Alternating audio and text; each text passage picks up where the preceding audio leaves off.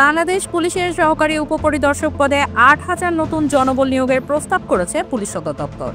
এক্ষেত্রে ৫০% পদ সরাসরি নিয়োগের মাধ্যমে এবং বাকি ৫০% পদ কনস্টেবল থেকে পদোন্নতির মাধ্যমে পূরণের পরিকল্পনা করা হয়েছে। কনস্টেবল থেকে এএসআই পদে বিভাগীয় পরীক্ষার মাধ্যমে পদোন্নতি দেওয়ার রেওয়াজ রয়েছে।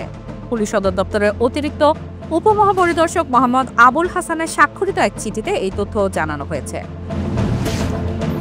চিঠিতে বলা হয়, সরকারের কাছ থেকে নিরস্ত এএসআই পদে প্রয়োজনীয় এই জনবল নিয়োগের অনুমোদন পেলে যথাযথ প্রক্রিয়ায় তা বাস্তবায়নের প্রস্তুতি নেওয়া হবে।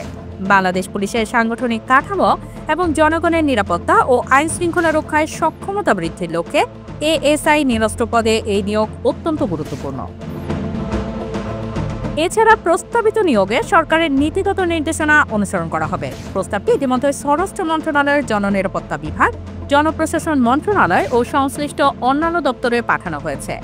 কনস্টেবল নায়েক থেকে এএসআই নিরস্ত পদে বিশেষ পদোন্নতি পরীক্ষায় অংশগ্রহণে ইচ্ছুক প্রার্থীদের অনলাইনে আবেদন আহ্বান এবং পরীক্ষা সংক্রান্ত সময়সূচি পরবর্তীতে জানানো হবে।